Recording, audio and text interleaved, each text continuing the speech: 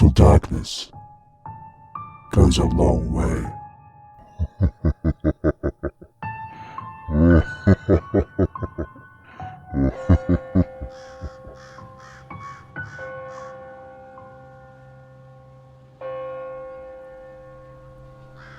My first paranormal encounter occurred on my parents' property in southwest Mississippi after the last vacation I went on to Tennessee with my mum and dad when I was a teenager. My German Shepherd Thor had been shut in the fenced-in yard for the week we had gone, and though it was dark when we got home, I decided to take him for our usual walk, to get him to stretch his legs, and because I always enjoyed our walks. Our usual route was about a mile in total and made sort of a U-shape around my parents' property. To fully understand the encounter, I need to explain the route we walked. The first leg of the walk was an open field to the north for about 250 yards, up to a section of woods with a trail on the left and right that led to an open area where a large power line ran. The power line went from the northwest to the southeast. Once I reached the woods, I would go down the trail on the left, and once I reached the power line, I would turn and walk to the right, making my way to the trail on the right, and make my way back to the house. I have walked this route in my life more times than I can count, and this one night is the only time I ever experienced anything paranormal there. As Thor and I began our walk, he did his usual running about in the field, smelling this and that, and just enjoying life as dogs always do. Once we reached the woods, he came near to my side and remained there. As we made our way down the trail, his attention was focused to our left, into the thick woods. About midway down, he began making a low growl, and the hair on his back was standing up straight. I wasn't at all afraid because I never went into the woods without my trusted Ruger 22 target pistol, but I was very curious as to what could be causing him to be so defensive, as he had never behaved this way on any of our walks in the past. His defensive behavior continued with the growling and hair standing up throughout the entire stretch of woods. Once we reached the open power line, he became even more aggressive, with an angry growl and bark which made me stop and try to calm him down. At this point I was honestly afraid because I knew he was aware of something I was not, which could be very serious. To the right, heading towards that other trail, we went up a small hill, and as we reached the crest of the hill, I once again stopped to comfort him. Looking behind and down into the small hollow of the power line about 50 yards away, I saw something that, at first, I could not believe. There, making its way across the power line, moving from south to north, was the pale blue, glowing silhouette of a person's head, shoulders, torso, and very faint arms. This apparition was moving at a speed as though it were running if it had had legs. It was not at all solid, and was translucent with no discernible legs as it quickly floated towards the woods on the other side. At first I could not believe what I was seeing, because this is, of course, the last thing anyone expects to see. And so, for a few seconds I was frozen until complete terror took over, and I began running to the house as fast as my legs could carry me, with Thor right on my heels. I kept up this pace all the way to the house, and was exhausted by the time I reached the house. My mum was outside in the utility room as I came running up, and she immediately knew something was wrong. She asked me what was going on. As I explained to her what I had just seen, she could tell how truly terrified I was, and said I was as white as a sheet, to which I don't doubt, when I realized that whatever this was had probably been near to us the whole way through the woods, and was the reason for Thor's defensive behavior. I was even more frightened, knowing that this thing had been there the whole time, and for whatever reason I hadn't seen it. I've walked this route many times since then, and have never seen this apparition. I have no explanation for what it was or where it may have come from. There was a farm on the property for 100 years prior to my parents building their house in the early 70s, so I suppose the spirit could be left over from that time somehow. A few months ago I saw a small form in their front yard on the evening my mum was released from the hospital. I was not at all fearful of whatever this was, and when I took one step towards it, it vanished. I like to think it was my grandmother there, checking on my mum because she had been close to death due to blood clots. Sorry, I'm not the most thrilling writer.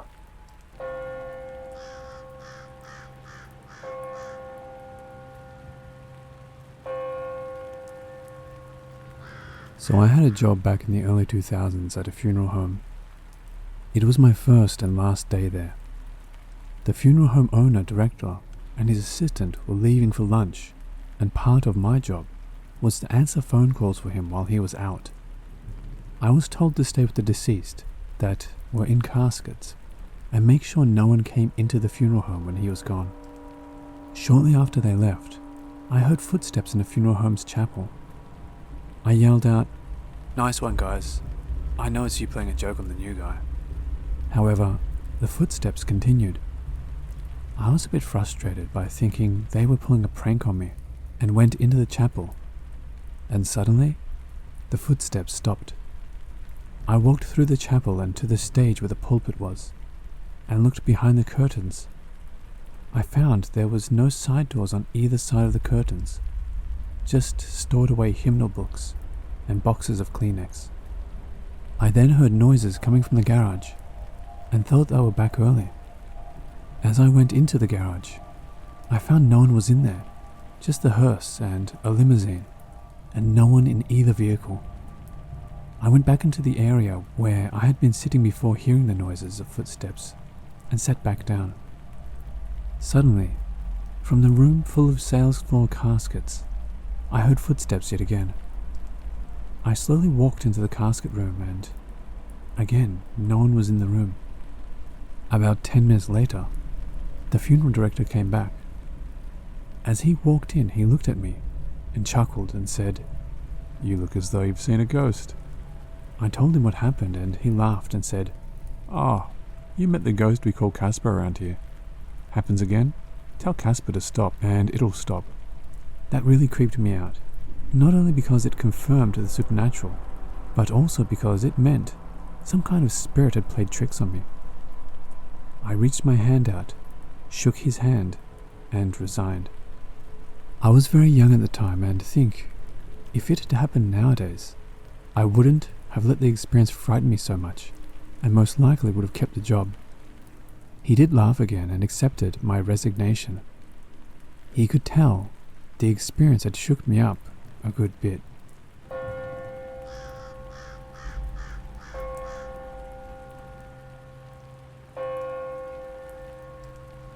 Since I was a young kid in the 90s, I wished to have a paranormal experience.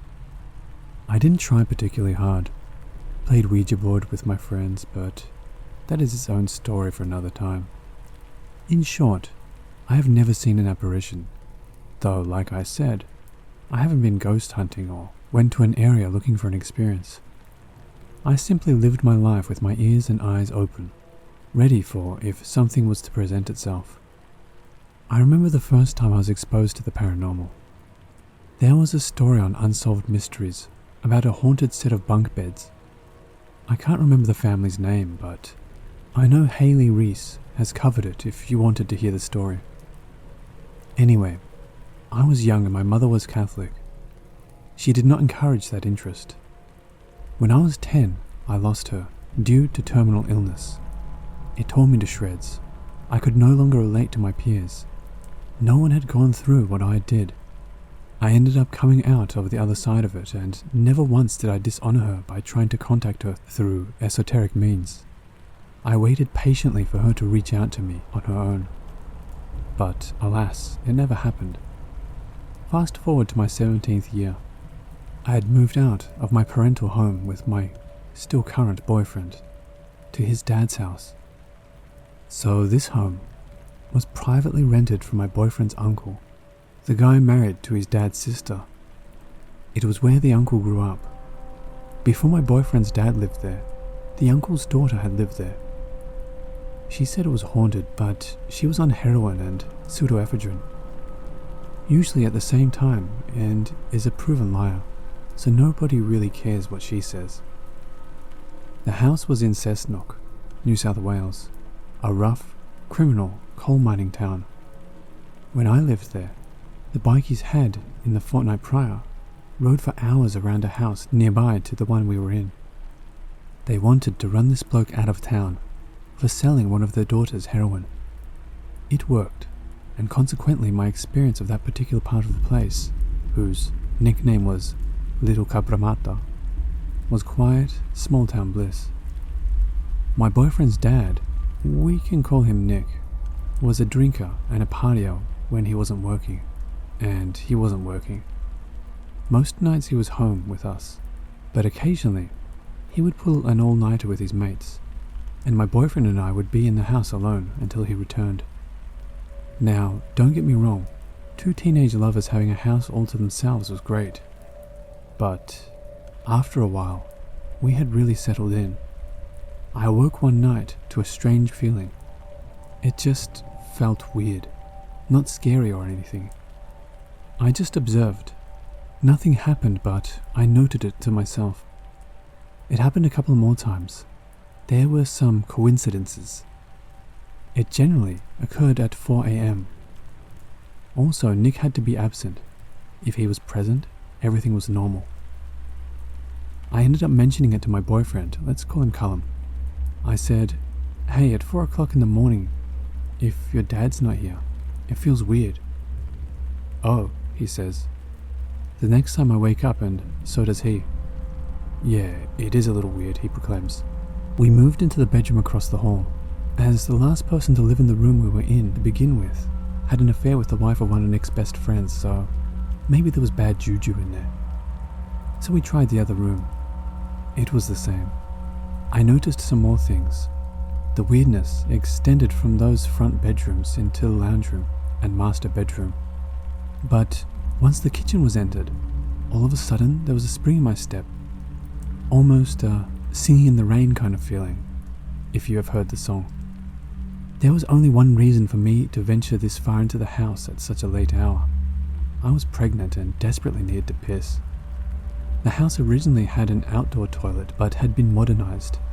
The toilet was added to the house, but the entry was external. A skylight had been installed in the kitchen, so perhaps that was why the disturbance only occurred in the front or unchanged part of the house. We figured out that if Nick wasn't there, we could let our puppy sleep in the room with us and the strangeness would stay away. We ended up renting a movie called The House on Haunted Hill. Throughout the movie, people see many apparitions as they move through an abandoned asylum. Towards the end, they unseal a bricked-up room. The swirling mass of a green cloud that came out of that room reminded us both of that feeling. We moved out, and the house was sold a couple of years later. Every now and then we would discuss it. Some things about that house are the uncle's brother had died at a young age. His mother had, after some years, ended up in a mental health facility. His daughter ended up with speed psychosis after living there for years being a junkie. So there was some negative energy there. The disturbances were subtle but undeniable. There didn't seem to be any message or reason, apart from garnering our attention. It didn't seem to follow us. I don't know what it was. It was just disturbing, but it did prove to me that the unseen world exists. It's not just a story. Be careful out there.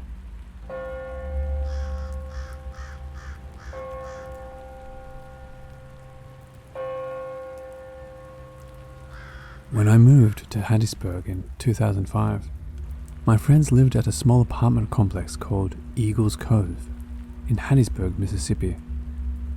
They were set up like duplexes, with 3 of the 4 that faced each other being occupied by friends of mine.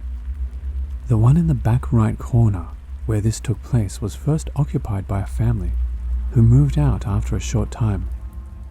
Once they were out, my friend Ike and his friend Michelle moved in. Not long after, we all went to a nightclub, and afterwards, we would have people over to the duplexes so the party didn't have to stop. Ike hadn't gone out with us that night, and shortly after we returned, Ike came outside and asked to speak to our friend Bobby and me away from everyone. He told us that he woke up in the dark of his room with the only light coming from the small nightlight in the hallway. He said there was a small and strange silhouette between his bed and the door, which, without his glasses, he thought was our short, bald friend Joey trying to scare him. Thinking it was Joey, he turned to get his glasses and turn on his bedside lamp. Upon turning around, to his horror he discovered it wasn't Joey, but something he said was somewhere between Yoda and a demonic troll. He said it was about 2 feet tall, with greenish black skin, black eyes, and a weird black robe. He immediately screamed at it to leave this place in the name of Jesus, and it slowly sank back into the chest of drawers and vanished. He was visibly terrified and slept with a lamp on the rest of the time there. During their time there, both he and Michelle would have things moved or vanish, only to show up later in an obvious place. Not long before he moved out, he had an Episcopal priest come and bless the place. Shortly after he and Michelle moved out, my partner at the time and I moved in.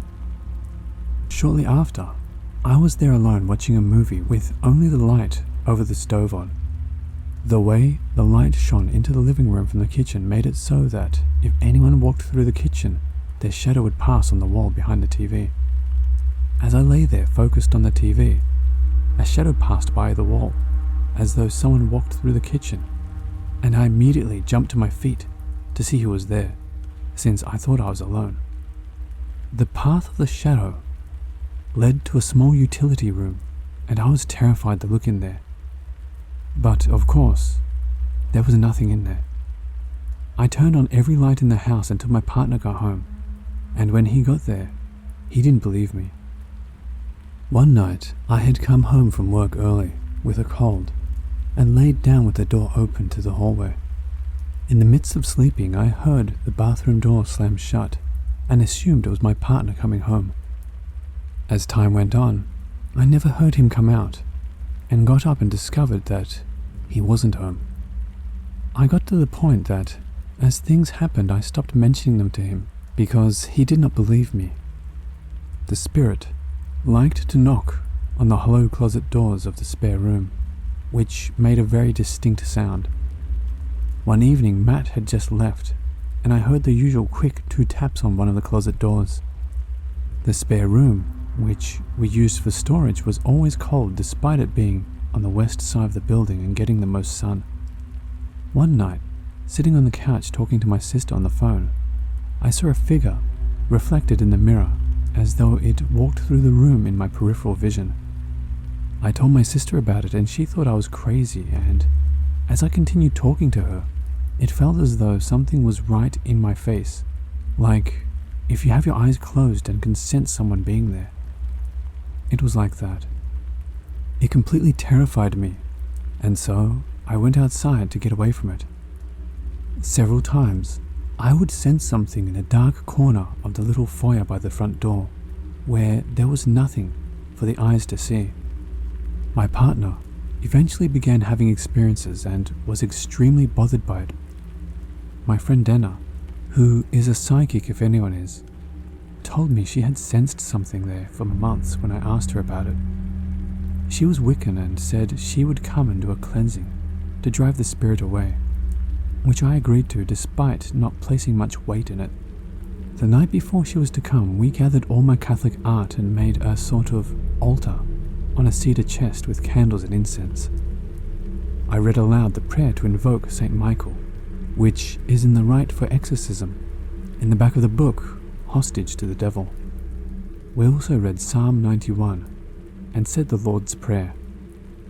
All the time while we lived there was a heavy feeling in the place, almost like there was a thick fog or smoke you couldn't see that permeated the place. When we finished the prayer to invoke St. Michael, the feeling in there immediately changed. The heavy feeling was gone, and it felt like the windows were open on a sunny day. We could both sense that whatever was causing the heaviness was gone.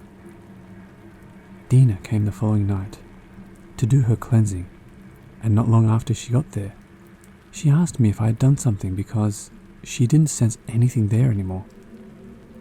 We lived there for several more months, and were never bothered by anything again. A few years later, I ended up living in the duplex next door, and never had any issues despite a friend who stayed with me waking up to a black smoke hovering over him. I believe whatever it was that we drove away that night had perhaps returned to the people who were living there at the time, but it remembered me and stayed away from me because I never sensed anything. I pass there sometimes and have wanted to stop and ask the tenant if they have had any issues with the spirit, but I wouldn't want to give it power through their fear just by knowing about what happened to us.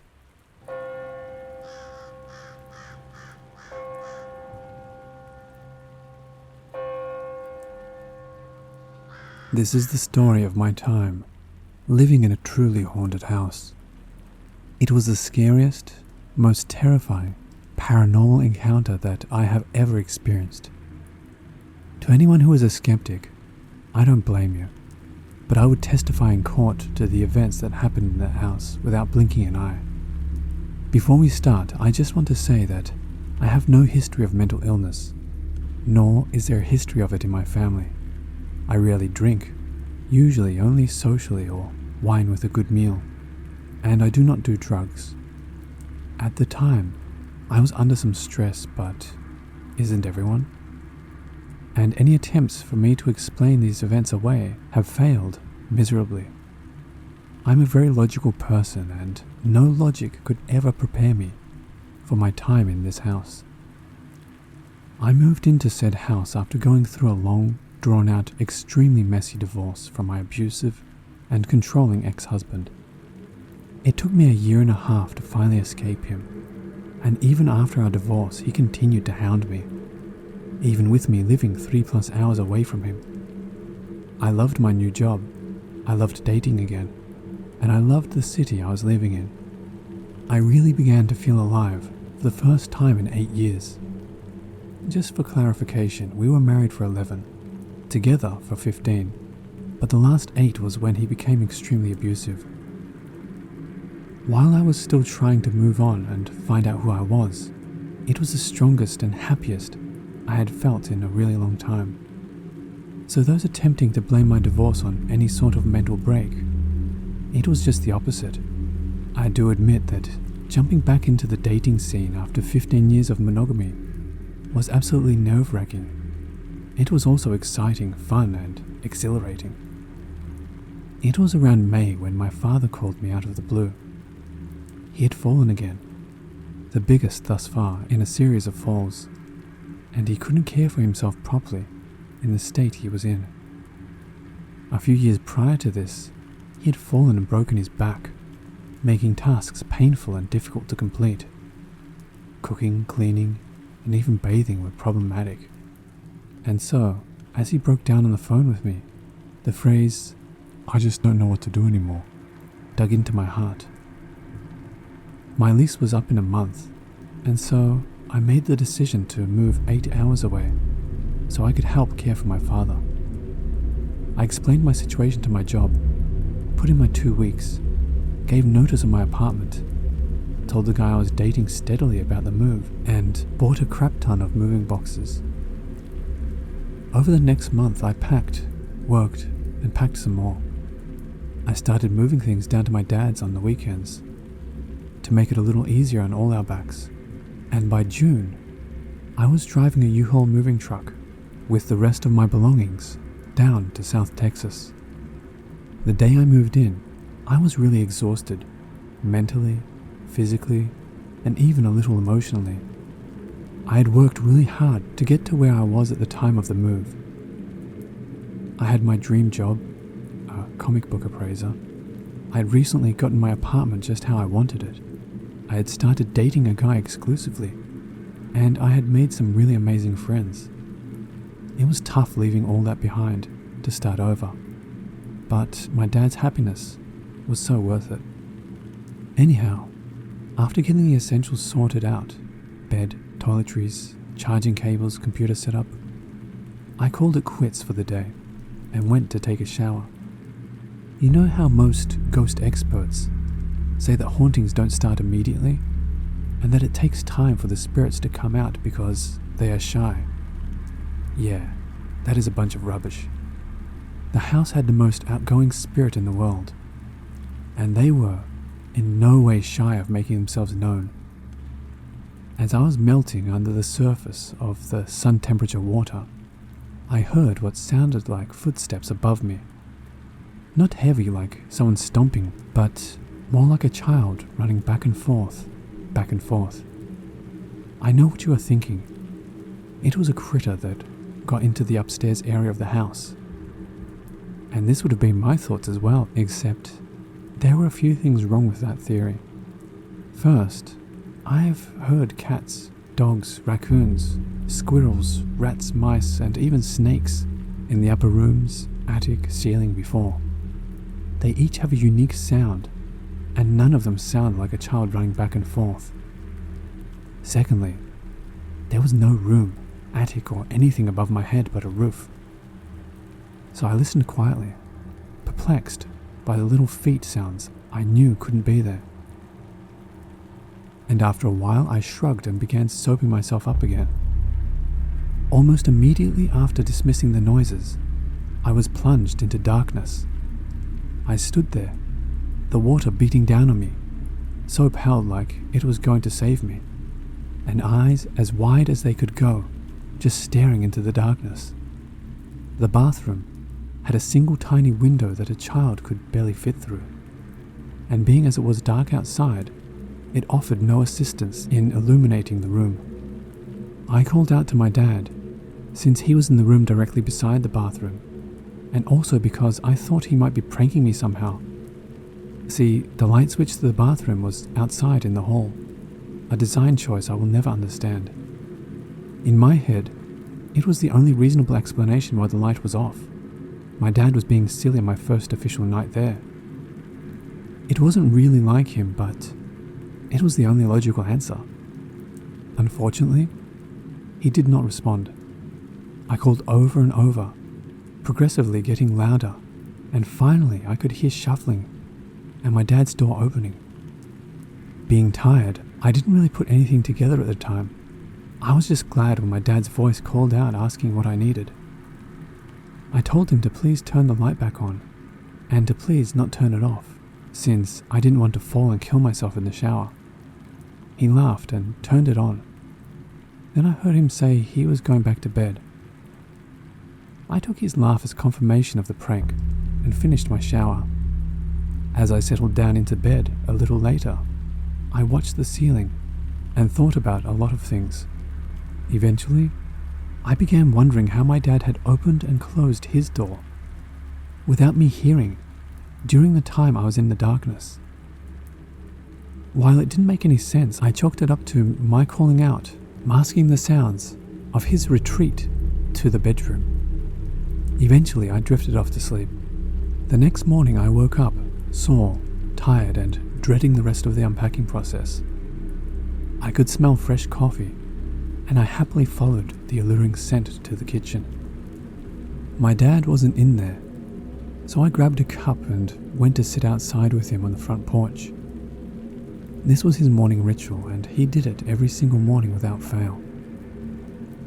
As we sat, talking about asinine things, I started hearing the pitter-patter of little feet again. I was confused because we were outside, and it was so loud it sounded like they were on the awning over the porch. I asked my dad if he could hear the noise and what it was. He pointed to his next door neighbour on the right of the house and basically told me that the mum lets their kids run around like crazy animals all day and night. That the mum never disciplines them and they don't have a bedtime. He said that since the house wasn't underpinned, that the sound of them running around constantly echoed over to our house. The explanation sounded plausible, and I wrote it off as fact for the time being.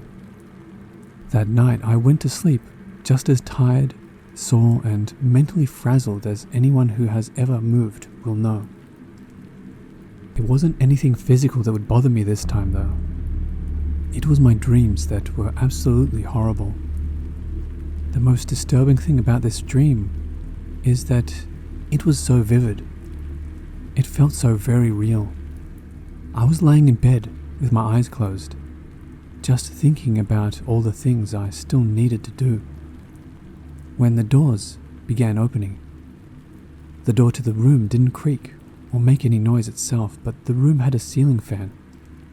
When you would open the door, the difference in air pressure would make an audible, contrasting sound, so even if you had your back to the door, you knew when someone entered. Hearing this distinct change in air, I turned my head to the side and I was terrified to see the black shadow of a person. I began gasping and tried to escape by crawling across the bed to the other side.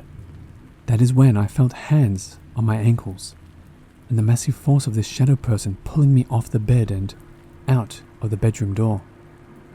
I began screaming and attempting to grab onto anything I could reach. But as soon as I got a hold of anything, the entity would grab me away from it, breaking my fingernails and forcing me towards the front door. As they dragged me closer to the door, the front door had a large oval window in it. I could see my dad sitting on the front porch smoking a cigarette, oblivious to my screams or the situation unfolding. Instead of taking me outside, the thing turned and started pulling me back into the house. I woke up screaming, sweating and flailing my body around trying to get away. I heard my dad run down the hall and bust into my room a few seconds later, holding his pistol. He thought someone had broken in and was murdering me. It was so real, I actually thought someone was in the house and had attacked me.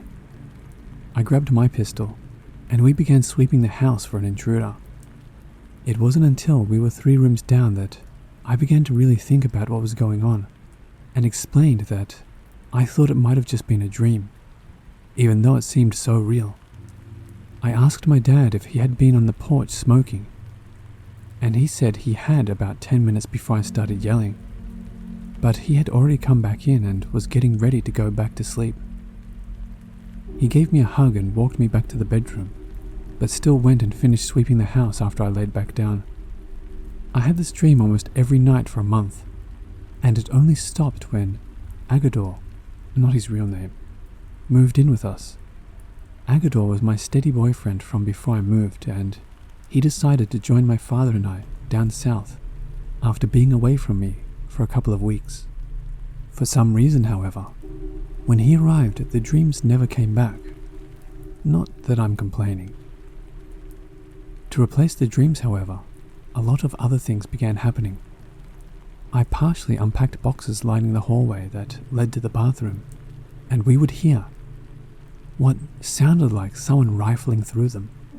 I thought maybe it was just mice or rats, even though there was no proof of any pests. But eventually, hearing the actual boxes moving disproved the rodent theory. Items would just disappear into thin air. 1 minute, the remote to my TV would be sitting on the bedside table, having just changed the channel or adjusted the volume. The next, poof. We would look everywhere for it. Under the bed, strip the bed of all covers, look for it under all the other furniture in the room with flashlights. But nothing. We would go to bed and I would wake up to find it right where I had left it. This happened to so many different things. Car keys, wallets, important papers, my brush, even clothes. The footsteps continued but got much worse. Our bedroom butted up against the stairwell that led to the upstairs area of the house, which had its own door that you had to open to walk up the stairs. the door would constantly come open on its own, even if no one touched the handle to open it. This became so bad that we had to put a thumb latch on the outside of the door to stop it from opening. It took about a month before even the thumb latch didn't stop it from gliding open.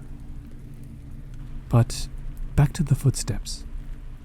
Whenever we were in our room, it didn't matter the time of day or night, we would hear someone open the door and walk up the stairs. This would start the activity, but it would slowly progress to non-stop noise. It is kind of hard to blame it on the next door neighbor's kids when you can hear someone directly behind your head walking up the stairs one by one. Then, we would hear them walk back down the steps, stop directly behind where our heads were at, then rock back and forth, making the stairs creak slightly as they did this. It felt like someone was standing above us, just staring down at whatever we were doing. Then, instead of hearing them go up or down, the running back and forth would start up again, like they had teleported to the bedroom upstairs. It was so unnerving. I explained the theory of the next door neighbor's kids to Agador, but he dismissed it outright, saying there was no way it was that loud, directly above us or behind our heads, and of course, he was sure the neighborhood kids weren't coming into the house and unlatching the little lock on the door. This would also happen when we knew the neighbors were out of town, so no kids to make the noise next door.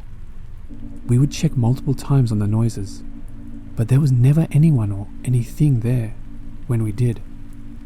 One day, we had relatives coming down for a holiday, and I was upstairs trying to put together beds. I didn't mind being in the room upstairs. There was no heavy aura or anything like that, so I was going about my business trying to make sleeping space for everyone. We had quite a few kiddos coming, so I was putting together a set of bunk beds for them. I had leaned everything up against the wall, where you would have to lift it up and pull it forward for the frames or mattresses to topple over. If they did stand any chance of falling, it would be for the bottom to slide out and it glide to the ground. This is not what happened. I had put one of the frames together and had already gotten a mattress from the stack of just mattresses next to the frame. As I cleared the unused frames, not touching them, I pushed the mattress onto the bed I had just put together when I heard the sound of clanking. I turned around just in time to see the frames lift off the wall and crash directly down onto my right foot. This is the point in which I mentioned that I had broken that exact foot twice within the past year. Now it would be 3 times. Yes, the frame just happened to land exactly where I had broken my foot twice before, and this time it shattered it. I had to go to the hospital and be put in a big, ugly boot and all. Up until that point, I was still skeptical about everything, even if Agador was 100% convinced that it was something paranormal, and was also sure it was attached to me specifically. But watching those bed frames lift up with nothing there to shift them, and then push them forward, that scared the hell out of me. What was very peculiar was that after I got hurt, all the activity stopped completely for a really long time. I'd say about 6 months worth of silence. No running, no missing objects, no rustling of unpacked boxes. Just nothing. Going from having all this happen constantly to nothing happening at all, it was a bit unnerving. Agador posited the theory that the entity didn't really mean to hurt me, just scare me, and it felt bad that I got so severely injured. Slowly towards that 6-month mark, things began to become missing again. Then, all the old activity launched into the second campaign of craziness. I'm a huge nerd, like, I'm probably one of the nerdiest people you will ever meet. I collect comic books and storybooks. I have a library of both. The sci-fi fantasy genre of literature, movies and TV is my favorite, and I have an entire wall of movies to prove it. I also love anime and regularly cosplay as either an anime toon or favorite sci-fi fantasy character. I love playing games, be it cards, board, video, console or PC, and tabletop games. My house is filled with action figures, plushies, art from these genres, and costume pieces from my cosplays. Half of my closet is nothing but Ren Fair, LARP, cosplay, and historical garb. Why is this relevant? Well, whatever this entity was, they loved playing with my action figures and plushies. I would constantly find my action figures toppled over, turned in different directions, or missing. We would find them in other rooms, usually upstairs, and they would be set as if a child had gotten called to dinner and just left them abandoned. I have this one original Ewok plushie from 1984 that I've had since I was a child, and it absolutely loved that thing. I kept it up on the top shelf of my action figure shrines, since it is very old and kids love trying to grab for it when they would go into my room. The Ewok would either be missing, usually found upstairs on its side, or we would witness it being pushed off of the shelf to fall down onto the floor. Now, the stand wouldn't be with it, just the doll, which is, well, physically impossible. The fan is not strong enough to cause this. There were only floor air conditioning vents in the room, and there was nothing that could have pushed it off. It would just make a flying leap off the top shelf randomly. TVs would turn off or on by themselves all the time, not just mine but also the one in the living room. This happened with multiple witnesses on numerous occasions.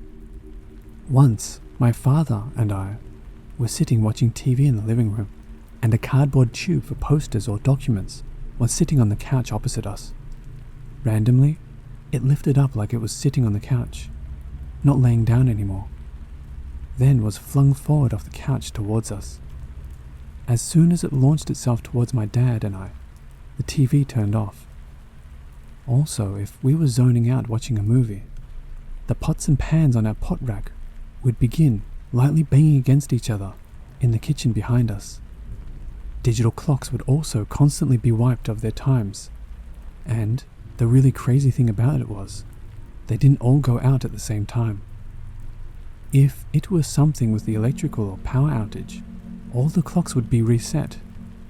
Instead, it would reset my alarm clock or the microwave clock or the coffee maker and leave the rest alone. It was absolutely bizarre and frustrating. Not just the bathroom light would be turned off while someone was in there either, but it was the most frequently messed with light switch in the house. The amount of electric-based appliances and items that suddenly failed in the house was insane. I had just purchased a new computer prior to moving into my dad's house. While there, my NIC went out twice, my power supply, numerous fans, and eventually, a hard drive bricked. It wasn't just mine either. Both my dad's computer and Agador's had components that just started failing out of the blue. My Xbox 360 died to the red ring of death, and my Blu-ray player would only play very specific movies. All of these items were plugged into surge protectors, and some of them were still under their 1-year warranty. It was like the house was a place where electronics came to die. There is so much more to this story, but I'll continue it later as it's going on a little bit long for now.